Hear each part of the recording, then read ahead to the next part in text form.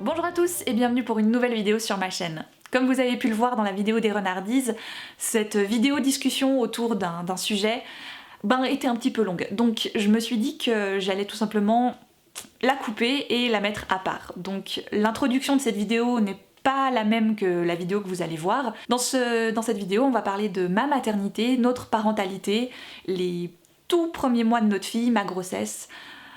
Bref, un sujet qui m'a été très fortement demandé en fait depuis que je suis enceinte, depuis que j'ai eu notre fille, et j'étais peut-être pas forcément prête à en parler avant. Maintenant les années ont passé et je vais aborder en fait un sujet qui est derrière nous. Donc ça ira très certainement un peu mieux pour vous en parler. Il y a des choses qui sont dites dans la vidéo qui bien sûr ne concernent que nous, il y a des choses qui n'ont pas été dites, que j'ai pas pris le temps de préciser, ou je suis pas revenue dessus, mais voilà, comme d'habitude pour ce genre de vidéo, en fait je m'y prends un peu toujours comme ça sur l'instant, donc je prépare rien.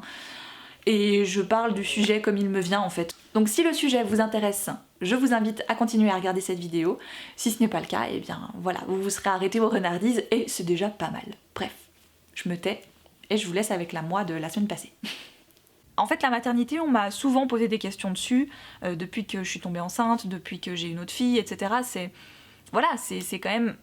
Le 100% de ma vie a complètement changé en fait depuis 3 ans et demi, bientôt 4 ans maintenant, donc depuis que je suis tombée enceinte, pas depuis que ma fille est là, mais depuis que je suis tombée enceinte. Et c'est des questions auxquelles en fait j'avais pas forcément envie de répondre à ce moment-là, au moment où on me les posait, parce que je peux pas... Comment dire ? Parce qu'en fait j'avais peur qu'on vienne critiquer mes réponses ensuite.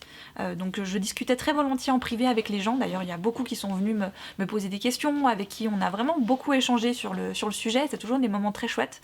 Mais en parler publiquement, disons que par exemple les choses qui se passaient vraiment à ce moment-là, je me voyais pas en parler parce que je me disais toujours... Si on vient me critiquer là-dessus, si on vient me dire tu devrais pas faire comme ci, tu devrais pas faire comme ça, à ta place je ferais ci, à ta place je ferais ça, je sais comment je fonctionne, je vous ai déjà parlé rapidement de l'hypersensibilité dans les dernières renardises, je l'aurais pris beaucoup trop à cœur et ça m'aurait fait... Vous savez, genre la rage quoi en fait, la colère qu'on vienne comme ça me... Voilà, ça je supporte pas et ça arrive malheureusement trop souvent sur d'autres sujets où ça m'énerve déjà assez comme ça, mais sur la maternité je pouvais pas. Je pouvais pas parce que c'est trop privé, c'est trop à nous, c'est trop personnel en fait pour qu'on vienne le critiquer. Aujourd'hui je me sens d'en parler parce que c'est passé en fait. Alice elle a 3 ans aujourd'hui, c'est une grande fille, comme elle le dit, donc je peux parler de ma grossesse, je peux parler de ses premiers mois, sans me sentir atteindre en fait par ce que les gens viendraient me dire par rapport à ça, parce que c'est derrière maintenant en fait, on peut venir critiquer, mais ça changera pas vu que maintenant tout a changé par rapport à ce moment-là, et aujourd'hui, il n'y a plus rien qui se ressemble, donc il me semble que quand on parle tout d'un coup de nos enfants, etc., on aborde rarement le comment vous en êtes venu à vous dire que vous vouliez un enfant en fait. Donc ça fait 7 ans aujourd'hui que je suis avec Vincent, et avec lui je l'ai tout de suite senti. Voilà, j'étais avec quelqu'un avant lui, avec qui j'ai passé 4 ans de ma vie, et je commençais un petit peu à parler bébé, etc., mais j'avais 20 ans quoi, mais enfin... Moi j'ai toujours voulu être maman, donc c'était pas forcément l'âge qui me retenait, mais la personne avec qui j'étais à l'époque, lui vraiment c'était quelque chose qu'il ne se voyait pas être père en fait. Déjà à 21 ans, mais je pense même par la suite, peut-être pas forcément, en tout cas c'est les conversations qu'on avait à l'époque bien sûr.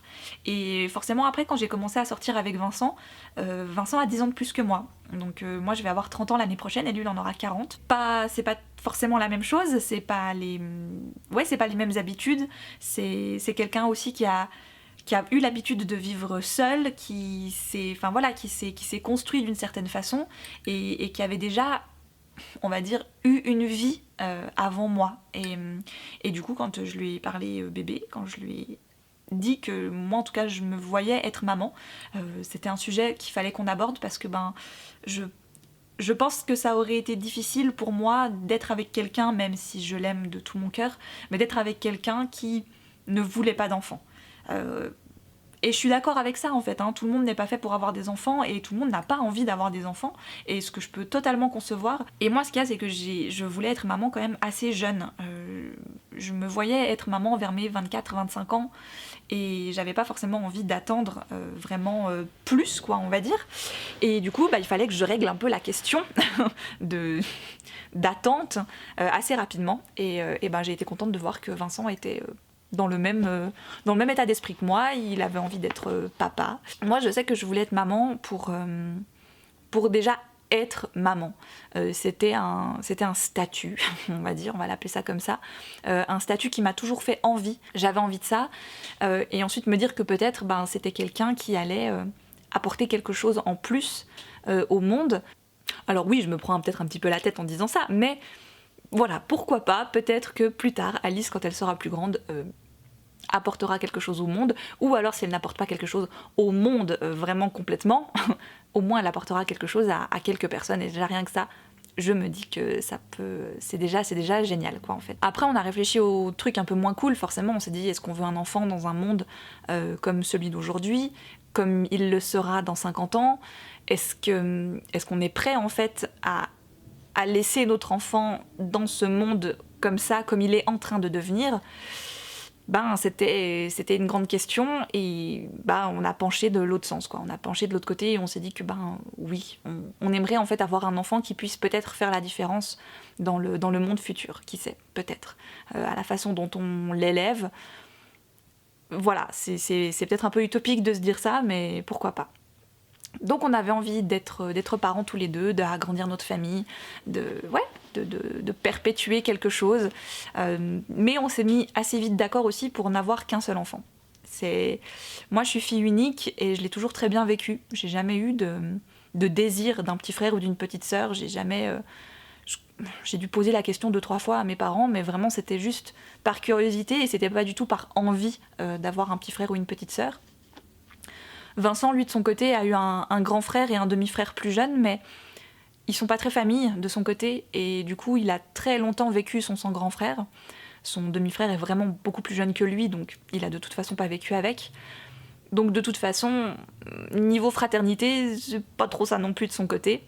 Et voilà, en fait, c'était vraiment un choix d'abord de notre part, et puis déjà on allait en faire un pour voir ce que ça allait donner.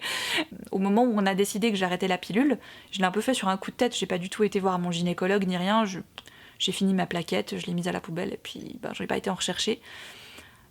Et ça a été un petit peu long. ça a pris bien plus d'une année en fait pour que je tombe enceinte.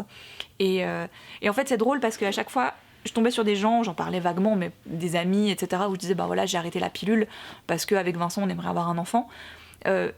Automatiquement, ils nous voyaient, nous, en tant que couple, et ils nous disaient « Ah, mais vous, de toute façon, vous connaissant, ça va être super vite, puis t'auras une super grossesse, » et puis, ils me vendaient un peu le truc qu'on savait pas du tout comment ça allait se passer, en fait. Et forcément, moi, je commençais un petit peu à y croire à ça. Je me disais « Oui, ça va être super rapide et tout, mais alors du coup, pourquoi c'est pas rapide ? Qu'est-ce qui se passe ?» et voilà, quand chaque mois, t'as tes règles, alors que purée, t'aimerais en fait ne pas les avoir parce que à la place tu aimerais avoir un enfant dans ton ventre. Ça a été un peu dur pour le moral, je me prenais pas non plus la tête, mais forcément on te dit ne te prends pas la tête et ça viendra tout seul, mais tu peux pas t'en empêcher. Voilà, je pense qu'il y a plein de femmes qui peuvent être dans mon cas et qui se disent il doit y avoir un truc quoi en fait. Alors heureusement le truc en question n'était pas du tout grave, et aujourd'hui avec le recul je me dis mais clairement c'était ça. À l'époque, je travaillais donc à la Fnac. J'en avais clairement marre de cette entreprise. Je n'y étais plus à ma place, je ne m'y sentais plus bien. C'était souvent des grosses périodes de stress, etc. Et en fait, c'est drôle, mais au moment où je suis partie, je suis tombée enceinte. Voilà. Je suis tombée enceinte fin février et j'ai quitté la Fnac fin février. Donc je pense que clairement en fait bébé ne voulait pas s'installer alors que maman était stressée, et ce qui est parfaitement normal. Donc voilà, il n'y avait rien de dramatique, il n'y avait rien d'horrible. Il y a des femmes qui malheureusement ont beaucoup plus de galères que ça pour avoir des enfants, et moi en fait à côté c'était pas grand chose, c'était surtout là-dedans. Après ont commencé les 9 mois les plus cool de ma vie. Non, vraiment, j'ai adoré ma grossesse, en fait. J'ai adoré être enceinte, je me sentais hyper bien. Je me sentais, bon, les 3 premiers mois, KO, parce que de toute façon, t'es crevée. Mais je me sentais bien, en fait. J'étais... Je sentais, en fait, en moi, la transformation. Je sentais que je devenais une autre femme, que, en fait, j'étais en train de... Bloup, vous savez, le level up, quoi. Je devenais la version suivante de moi-même. Et j'étais trop bien. Et j'ai eu ce truc, en fait, je pense qu'il y a peut-être d'autres femmes enceintes qui ont ressenti la même chose. J'avais pas l'impression d'être qu'un ventre. J'avais l'impression d'être quelqu'un de plus. On était 2, certes, mais il y avait une reconnaissance dans les gens autour de nous, etc., qui était tellement bienveillante, qui était tellement gentille. Je me sentais, mais... enveloppée, en fait, dans une espèce de gros cocon tout doux, où les gens sont prévenants, bienveillants, font attention à toi, mais pas que à ton ventre, à toi, en fait, toute ta personne, et c'était génial. Et alors, clairement, à la fin, j'en pouvais plus, j'avais envie que cet enfant sorte, mais ça a jamais été le... Ah non, je suis pas bien, je suis malade. Oui, j'ai eu des nausées, mais c'était pas... voilà. J'ai honnêtement eu la chance, vraiment, hein, parce que je sais qu'il y a des femmes qui vivent une grossesse horrible, j'ai eu la chance de vivre une grossesse merveilleuse. Aujourd'hui encore, je ne peux toujours pas manger de poulet au curry, mais bon, c'est pas cher payé finalement pour ce que la vie m'a apporté. Voilà, le poulet au curry, ça a été mon plus gros dégoût de femme enceinte. Genre la nausée par excellence, c'était le poulet au curry alors que j'adorais ça. Et ben voilà. Et aujourd'hui, c'est pas parti en fait. Aujourd'hui, je pense que c'est resté voilà, là-dedans. Aujourd'hui, tu me donnes du poulet au curry, je suis... Non, ça va pas le faire. Mes grosses envies de femme enceinte, c'était les pâtes à la sauce tomate. J'avais envie de pâtes à la sauce tomate constamment, mais genre constamment. À la fin, j'ai travaillé pendant 1 mois à temps partiel, donc à 50%, à mi-temps, pour pouvoir me reposer. En fait, j'étais vraiment très énergique, bref, j'avais beaucoup d'énergie le matin, mais vers 14h, tout se coupait en fait, j'étais crevée, je n'en pouvais plus, donc je m'arrêtais complètement. En plus à l'époque, j'étais chez Glose, donc je faisais du télétravail de toute façon, donc j'étais à la maison. De quoi vivre une grossesse idéale, quoi. Enfin vraiment, je touche encore aujourd'hui tout ce que vous voulez, du bois, du marbre, ce que tu veux. J'ai eu quand même énormément de chance en fait. Dans le déroulé de ma vie à ce moment-là, j'ai eu énormément de chance. Au niveau des petits trucs un peu moins agréables, je dirais que c'est surtout la faim. Pendant tout l'été, en fait, à partir du, je dirais, 4e mois, 5e mois, j'ai fait des insomnies. Donc j'avais des nuits blanches tout le temps. Je dormais peut-être 4-5 heures. Tout le monde te dit c'est pour t'habituer quand bébé sera là et tout, que tu devras te lever et tout. Non, en fait, j'ai vachement mieux dormi après quand elle est née qu'avant quand elle était dans mon ventre, c'est dire. J'ai eu des impatiences dans les jambes presque toutes les nuits. Donc en fait, je me revois j'ai une grande robe de nuit blanche qui m'arrive sous le genou et en t-shirt, un peu t-shirt, voilà, tout en coton, toute simple. Et en fait, je me revois les nuits d'été, je tournais autour de la table de la salle à manger comme ça, pour essayer de fatiguer mes jambes.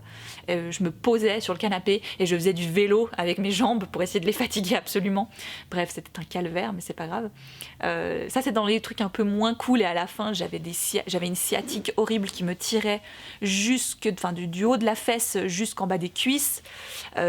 Forcément, t'arrives à rien faire, hein. J'avais pas acheté spécialement de vêtements de grossesse, à part un pantalon, parce que j'ai pu mettre mes robes ou ce genre de trucs jusqu'à la fin. Mais vraiment, le fait que tu n'arrives pas à mettre tes chaussettes, tu n'arrives pas à sortir de ta baignoire quand tu prends un bain, tout ce genre de trucs, on a dû stratégiquement échanger nos places de canapé avec Vincent, parce que normalement j'ai le coin avec la méridienne, et en fait je n'arrivais pas à me lever. Mon canapé est très profond et j'arrivais pas à me lever, donc il fallait que je me mette de l'autre côté pour que je puisse rouler. Enfin bref. Mais quand j'y repense, c'est des super bons souvenirs, c'est drôle quoi. Et puis tout le trajet maternité, etc., c'était dingue quoi. J'ai eu un accouchement de folie qui s'est passé exactement comme je l'avais espéré. Oui, idéalement, tu sais quoi, j'aurais bien voulu accoucher à la maison, sans péridurale, dans l'eau, etc. Mais en fait, j'étais très bien à la clinique. Je suis tombée sur vraiment une équipe de sages-femmes adorable. Et je trouve qu'en Suisse, c'est vachement bien organisé en fait. T'arrives à la maternité, t'es inscrite quand même depuis plusieurs semaines, plusieurs mois. Moi j'ai dû aller visiter la maternité avant, donc on a pu poser toutes nos questions. On a dit plus ou moins la date du terme, donc ça devait être le 3 décembre. Mais voilà, ils nous ont vraiment dit, vous avez une place qui est réservée dans ces eaux-là pour vous. Donc si c'est 2 semaines avant, si c'est 2 semaines après, enfin bref, vous venez, on est là, on peut vous rassurer. C'était la clinique aussi de mon gynécologue, donc dès que mon gynécologue allait être mis au courant, il allait venir. C'était à côté, donc on a vraiment pu y aller à pied un dimanche soir. C'était un dimanche soir d'ailleurs, où voilà, il faisait froid et tout. On est arrivé là-bas, ils nous ont tout de suite pris en charge, il y avait de la place dans les salles. On était d'ailleurs dans la même salle d'accouchement que dans laquelle on avait été faire notre entretien avec les sages-femmes. Et puis surtout, t'as rien besoin d'amener en fait. Tout sera à disposition, tout, que ce soit tes langes, hein, parce que si tu accouches par voie basse, ben, il y a un bébé qui sort, mais il y a plein d'autres trucs aussi, hein. Donc tu auras ça qui sera mis à disposition, tout le lait, pour les femmes qui veulent allaiter, j'y reviendrai, enfin bref, tout est mis à dispo, tous les vêtements aussi du bébé, les couches, etc., tout est mis à dispo, donc techniquement tu n'as rien besoin, tu peux arriver comme ça et accoucher sans rien en fait, voilà. Je dis ça en fait parce que quand j'ai cherché un petit peu à faire mon sac de maternité, ma valise de maternité, je suis tombée d'abord, quand j'ai tapé ça sur internet, je suis tombée sur des articles de femmes plutôt en France qui disaient ben voilà, il faut penser à prendre tant de langes pour le bébé, tant de pyjamas et tout. J'ai fait oh là là, mais faut se trimballer tout ça jusqu'à la maternité, mais c'est chiant en fait. Et après je suis tombée tout d'un coup sur un blog suisse et là en fait il y a une Suissesse qui dit ah ben la maternité rien besoin d'apporter, vous prenez vos affaires parce que vous allez y rester quand même quelques jours, donc vos affaires pour que vous soyez bien, mais finalement rien besoin de plus. Et en effet rien besoin de plus quoi, voilà. Donc je tiens à souligner que, en tout cas, notre clinique, qui était juste à côté de chez nous, impec, quoi. Vraiment super, les sages-femmes adorables. Et puis, il y a juste eu peut-être la seule chose qui m'a un petit peu dérangée, on va dire. Donc nous, on était partis du principe que je n'allais pas allaiter. C'est quelque chose que je souhaitais pas. Je suis une femme très très très sensible de la poitrine. Je suis pas, enfin voilà, je ne porte pas de soutien-gorge, j'ai très peu de poitrine. Je fais, je pense, un A, mais un A moins. S'il y avait une lettre avant le A, ce serait mon niveau de poitrine. J'ai presque rien. Et c'est vrai que dans ma tête, très minime poitrine, je me suis dit, je ne pourrais pas allaiter ma fille. Enfin, je pourrais pas allaiter mon bébé, quoi, parce que je ne savais pas si ça allait être une fille ou un garçon. On a gardé le secret, la surprise jusqu'au moment de l'accouchement. C'était un souhait pour moi, en fait, pour éviter de partir soit trop fille, soit trop garçon dans nos préparations. Et je préférais faire du neutre tout de suite et pas tout de suite tomber dans le genre en fait, même si on avait une fille ou un garçon. Je savais que j'avais pas envie d'avoir du rose ou du bleu, mais voilà, c'était aussi pour que les gens, voilà, quand ils pensent à nous offrir quelque chose, ben ils pensent pas fille ou garçon, ils pensent bébé. Voilà, j'avais un bébé dans mon ventre et j'avais pas besoin de savoir que ce soit une fille ou un garçon pour l'accepter et pour m'imaginer qu'il allait être là, etc. Enfin, je trouve que la connexion, elle était déjà assez présente. Mais après, je comprends parfaitement que certains parents aient envie de connaître le sexe de leur enfant. Des fois, c'est la curiosité aussi, hein, tout simplement. On a envie de savoir. Aujourd'hui, on a la possibilité de le savoir, donc pourquoi ne pas en profiter ?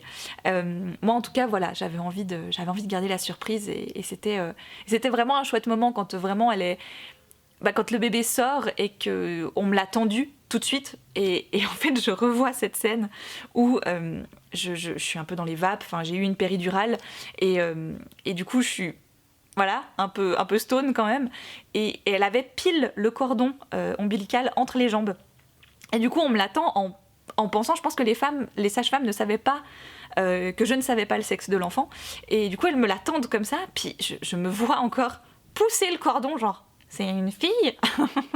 Et on m'a dit bah oui. Ah ok super, donnez-la moi, j'en peux plus. Du coup bah voilà, on me l'a tendu. Et là il s'est passé un truc que j'avais pas trop prévu et auquel en fait j'avais pas été préparée, on m'avait pas prévenu qu'il allait se passer ça. C'est qu'on me l'a mise au sein tout de suite, genre tétée de bienvenue qu'ils appellent ça. Et j'étais un peu déboussolée. Enfin. Tu vois, je veux dire, ça faisait plus de 24 heures que j'avais mal, que je souffrais, que j'avais des contractions. Pas du tout dans le bon ordre. espacées de tout le temps des minutes différentes. Donc, mais voilà, ça faisait un moment que j'avais pas dormi comme il faut, que je souffrais, etc. Et en plus, ben, tout d'un coup, on me fait ça. J'étais un peu, mais pourquoi? Non, quoi, en fait. Et je pense qu'un petit peu Alice a dû le comprendre parce qu'elle a tout de suite arrêté. Je lui ai donné mon petit doigt. Voilà, ça s'est arrêté là. Et puis le jour suivant, donc après ça, j'ai dit bah écoutez, plutôt du lait artificiel. Donc on m'a donné des biberons, etc. Tout était prêt.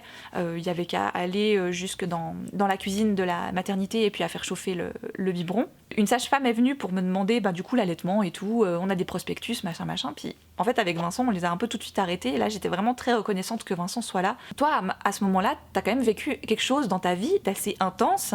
Tu es fatiguée, tu viens de mettre au monde un enfant. Enfin, le truc est quand même assez gigantesque, hein, je veux dire, au niveau du choc par rapport à ton corps, par rapport à ce qui s'est passé. T'as vécu pendant 9 mois avec un être en symbiose et en 20 minutes, tu l'as éjecté de toi. C'était voulu, d'accord, mais quand même, ça s'est passé très rapidement pour ma part. Ça a été long hein, jusqu'à ce que ça se déclenche, mais quand ça s'est déclenché, quand j'ai vraiment pu pousser, Alice est venue en 20-25 minutes, quoi. Et c'est assez... Bref, j'ai eu très mal au niveau des points qui ont été faits ensuite, parce que, ben, voilà, c'est... je le dis, hein, ma foi, voilà, c'est la nature humaine. Bref, si le sujet vous intéressait pas, fallait pas rester. Alice m'a légèrement déchirée quand elle est sortie, donc le gynécologue a dû aller recoudre. Bon, j'étais sous péridurale, donc ça allait. Ça s'est réveillé. C'est la douleur de l'entrejambe. Je me souviens qu'en pleine nuit, j'ai appelé la sage-femme et elle m'avait amené une serviette en glace avec un pain de glace à l'intérieur pour que je puisse le glisser en fait dans ma culotte parce que j'avais terriblement mal et surtout en fait je n'osais pas aller aux toilettes, donc ça faisait je pense 48 heures que je n'avais pas été aux toilettes parce que je n'osais pas pousser bêtement. Parce que dans ma tête, c'est l'inconscient, tu vois, mais en poussant, je me dis, les poings vont sauter. Ils vont sauter et je vais perdre tous mes organes, en fait. Je trouve que c'est des trucs... En fait, j'en entendais jamais parler avant. Donc, voilà, ça fait partie de la maternité. Hein. Si vous avez envie d'avoir des enfants, faudra... Voilà. Je ne suis pas passée par la césarienne, mais je suis passée par ça. Et oui, en fait, la sage-femme m'a demandé d'ailleurs, m'a dit mais vous avez été aux toilettes et tout, ça va? J'ai dit non, j'ai pas été. Elle m'a dit mais faut y aller là maintenant, hein, c'est... Madame, vous allez pas pouvoir rester comme ça très longtemps. J'ai dit oui mais ça va venir. Puis je lui ai dit, j'ai fait mais en fait j'ai peur que les poings ils sautent. Puis elle me dit non mais vous en faites pas, c'est calculé pour en fait, hein, mais dans ma tête c'était plus fort que moi, bref. Et ça a été un peu dur là. Donc t'es dans cet état d'esprit là. Et là heureusement que j'avais un conjoint très présent. Et quand les sages-femmes pour l'allaitement sont venues, prospectus, etc., ben moi j'ai un peu dit non, mais pas trop. En fait, nous on pensait plutôt faire lait artificiel, etc.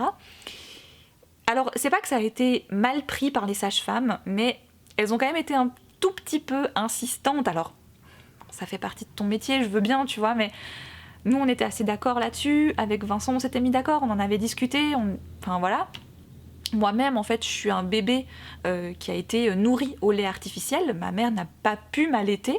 Elle aurait voulu, je crois, au début, mais ma foi, ça s'est pas fait. Et en fait, je vais très bien. Donc, bref, on n'était pas vraiment partis là-dessus.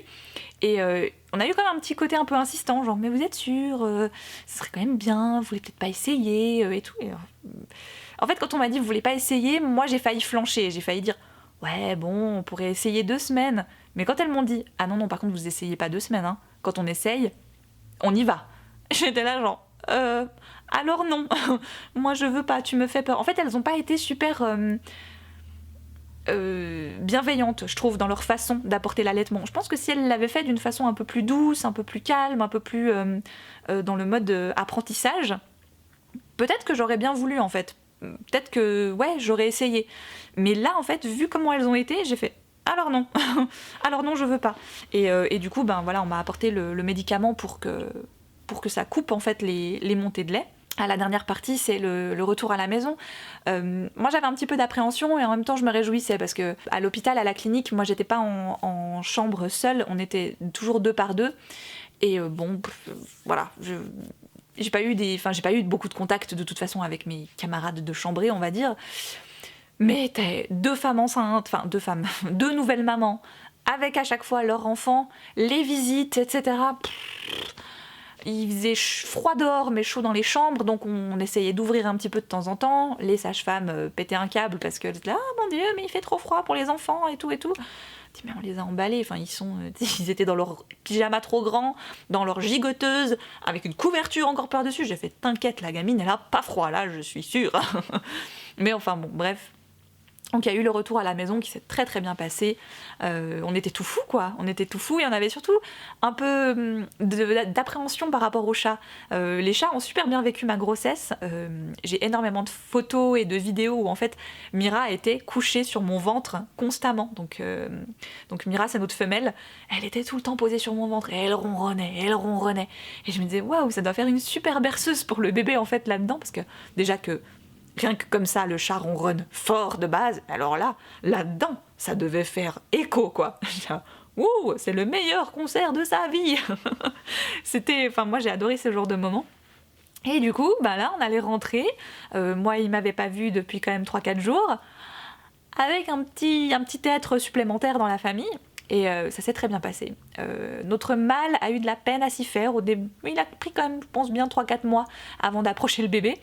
Mira, elle, tout de suite, il doit y avoir un truc d'instinct maternel quand même là derrière, même si elle a jamais porté de chaton. Où en fait elle se posait vraiment, on posait Alice sur le canapé. Notre canapé est très très large en fait, hein, donc on posait Alice, on était un de chaque côté. Et moi je bouquinais, etc. On dormait. Et en fait, Mira est vraiment... Les pattes, j'ai une photo où elle a vraiment les pattes comme ça, posées sur la gigoteuse d'Alice. Et elle la regarde. Comme ça. Et dès qu'Alice commence un peu à remuer et tout, Mira se lève, vient nous miauler autour, genre, et dis donc, il y a ta progéniture là qui est en train de... Hein, tu veux pas aller faire quelque chose? Et là, je pensais pas... Mais ça a été le mois et demi le plus difficile de ma vie. Dans ma tête, en fait, on est rentré, donc c'était tout début décembre, je crois le 1er décembre, on est rentré. Et je m'imaginais ça complètement différemment. Dans ma tête, je me disais, je vais avoir un mois où je serai complètement à la maison pour Noël. C'est une des premières fois de ma vie où je vais avoir congé sur la période de décembre, sur la période de Noël.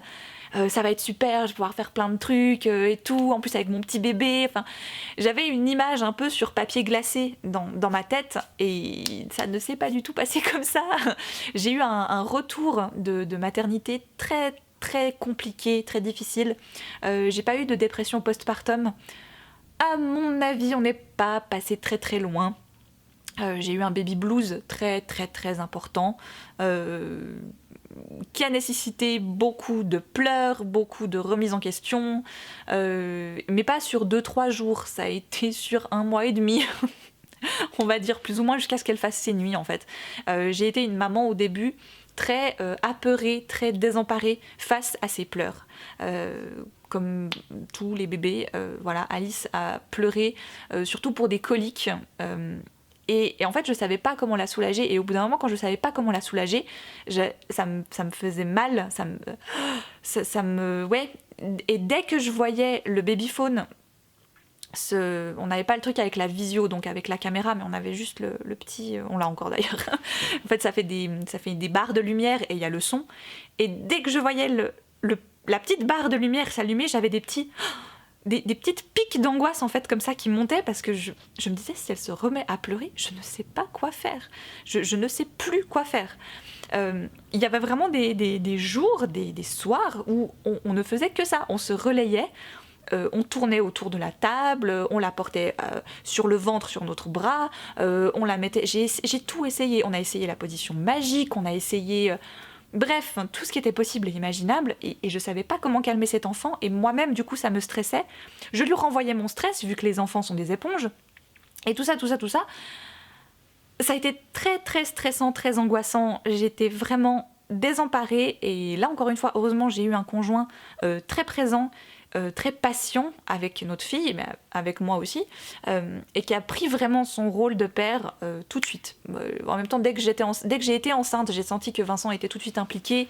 Il se sentait dans le dans le truc, quoi. Il était papa, quoi, en fait, du moment que j'étais enceinte. Et il a vraiment tout de suite, va te reposer, va te calmer, va prendre un café dehors, va bouquiner, je m'en occupe. Et en fait, moi, forcément, je prenais aussi le relais quand pour lui ça n'allait pas, mais voilà, lui ça a été vachement plus que moi, malheureusement, où moi j'ai été, j'ai pas compris. Je me suis dit, j'ai loupé un truc, il y avait quelque chose qui manquait dans le mode d'emploi, que d'ailleurs on ne nous a pas donné à la maternité, c'est pas juste. J'ai dit, j'ai loupé un truc, quoi. Il y a quelque chose que je n'ai pas compris chez cet enfant, je ne sais pas quoi faire. Et des fois, je pleurais, et des fois, je criais. J'ai été une jeune maman complètement tétanisée face à son nouveau-né. Heureusement aussi, là encore une fois, on a eu une sage-femme à domicile. Donc nous, on a la possibilité d'avoir une sage-femme qui vient nous voir, donc la mère et l'enfant, sur plusieurs rendez-vous. Donc je crois que c'est jusqu'à 14 rendez-vous. Nous, elle en a pas fait autant, elle en a fait peut-être 8, je dirais par là autour, jusqu'aux fêtes. Elle est venue, je crois, entre Noël et Nouvel An, et puis après, elle nous a laissé prendre notre envol. Mais on a une sage-femme qui vient voir le poids du bébé, qui vient voir comment on s'occupe d'elle, comment est-ce que vous la changez, comment est-ce que vous lui donnez le bain, et vous, madame, enfin, elle s'occupe de toi aussi, de la maman. Donc elle t'examine, elle regarde si t'es lochi, donc c'est les pertes que tu continues après avoir accouché. Hein, ça ne s'arrête pas quand tu as éjecté un enfant, en fait, ça continue sur plusieurs semaines. C'est super. Ça sent bon et tout, génial. Donc elle vient t'examiner, voir si tout va bien, voir si tes points de suture vont bien. Et pour ça, en fait, elle a vraiment été adorable. Et un jour, elle m'a demandé, et donc tout se passe bien? Puis moi je dis oui, alors tout se passe bien et tout. Bon, elle pleure beaucoup, mais vous savez, c'est un enfant et tout. Oui, je sais. Et on parlait moi j'étais persuadée qu'elle me parlait à un moment donné d'Alice. Et en fait, elle me regarde, elle me fait, non mais vous Margot, ça va comment? Et là j'ai fait, oh mais en fait ça va pas du tout. Donc je lui ai tout lâché. Et ça m'a fait du bien parce que moi j'avais ma mère, j'avais mes parents, j'avais mes amis et tout, mais c'est pas la même chose. Mes parents, ils ont été parents, mais c'était il y a longtemps.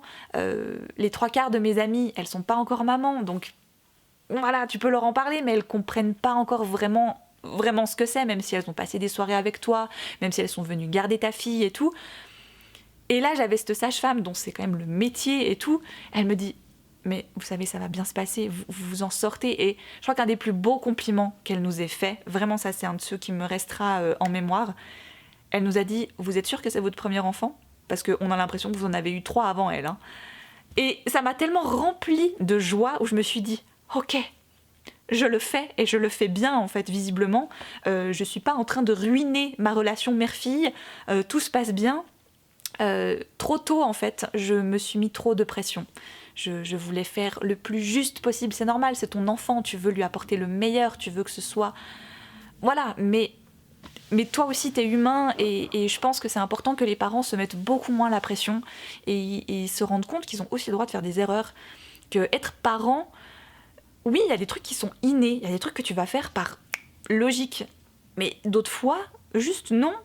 Et puis oui, tu sais quoi, tu vas crier et tu vas t'énerver et tu vas faire des erreurs. Et tant pis, en fait. Voilà. Et moi, je pense que c'est un discours que j'aurais aimé entendre il y a 3 ans. Qu'on me dise, tu sais quoi, c'est pas grave. Oui, là, t'as crié, tu sais quoi, du coup, ta fille, elle a redoublé, elle a pas arrêté de crier au moment où toi, t'as crié. Non, elle a redoublé les cris. That's it, ça arrive. Quel parent ne crie jamais au grand jamais?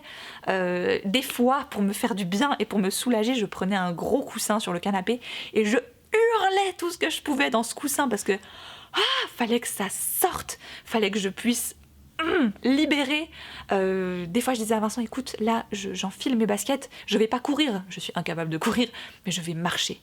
Et je marchais vite et je ressassais, c'est clair, je ressassais énormément, mais ça me faisait du bien. Et quand je revenais, j'avais pris un bol d'air et tout. Et même des fois quand je pouvais pas le faire parce que Vincent était pas là ou parce qu'il allait travailler ou que sais-je, hop, je prenais la petite en écharpe, tchac, et j'allais et je marchais et j'étais là, ok, ça va. Et elle, déjà, ça l'endormait.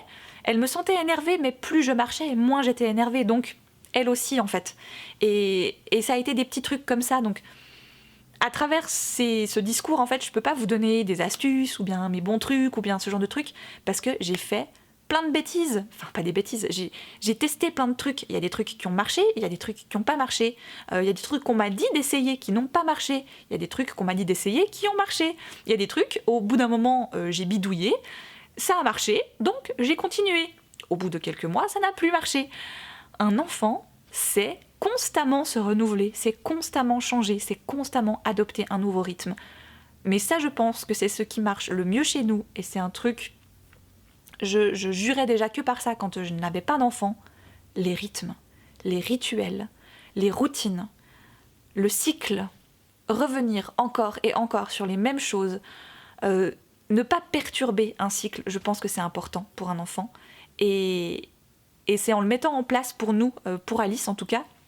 Après je me trompe peut-être que tous les enfants ne fonctionnent pas au rythme des routines, mais pour nous en tout cas on s'est rendu compte que comme on était des personnes très routinières, très cycliques, et ben en fait notre fille elle a pris le pas. Et aujourd'hui les routines sont importantes dans notre quotidien. Et ça je pense que c'est ce qui des fois sauve notre journée, c'est de mettre en place une routine. C'est assez simple, on n'a pas des routines de tarés, des trucs trop compliqués à mettre en place, au contraire, des trucs super simples, raconter une histoire en prenant un lait. Et en fait on se rend compte que oui, c'est des choses que Alice elle a adoptées.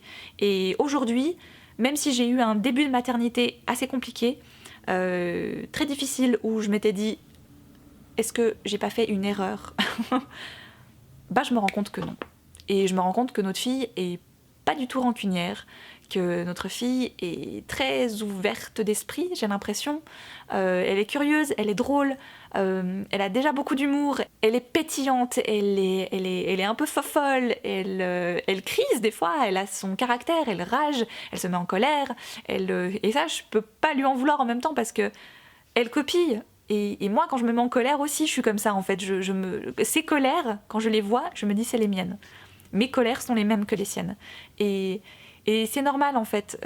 Élever la voix et commencer à crier quand un enfant crie, j'ai testé. Non, ça marche pas. Parler calmement à un enfant quand il est en train de crier, des fois ça marche pas. Mais des fois ça marche. En fait, c'est beaucoup d'essais.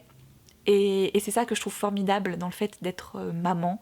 C'est pour ça que j'avais envie de vous en parler. C'est pour ça que j'avais envie de revenir sur ce sujet.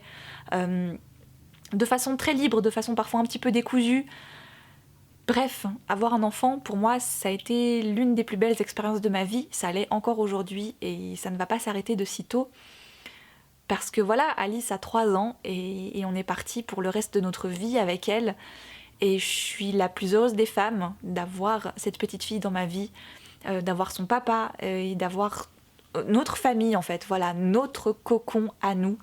On aurait été très très heureux je pense si on n'avait pas pu avoir d'enfants, mais je sais qu'au fond de moi c'est quelque chose qui m'aurait manqué.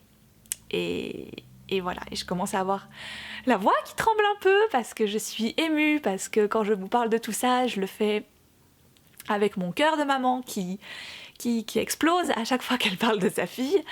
Et voilà. Bref, avant de fondre en larmes de joie et de bonheur, je vous embrasse très fort. Que vous vouliez avoir d'enfants ou non, que vous avez de la peine à avoir des enfants, si c'est vraiment quelque chose que vous voulez. Je connais des gens malheureusement qui n'arrivent pas, et ça m'attriste énormément en fait quand j'y pense, parce que je sais que ce sont des gens qui feraient de merveilleux parents. Bref, mes bonnes ondes vous accompagnent, qu'importe votre choix de vie, qu'importe ce que vous avez décidé de faire ou non. Je suis sûre que ce sont vos choix, vos bons choix, du moment que c'est en accord avec ce que vous voulez au fond de vous, c'est le principal. Bref, je vous embrasse, je vous aime très fort et je vous dis à une toute prochaine.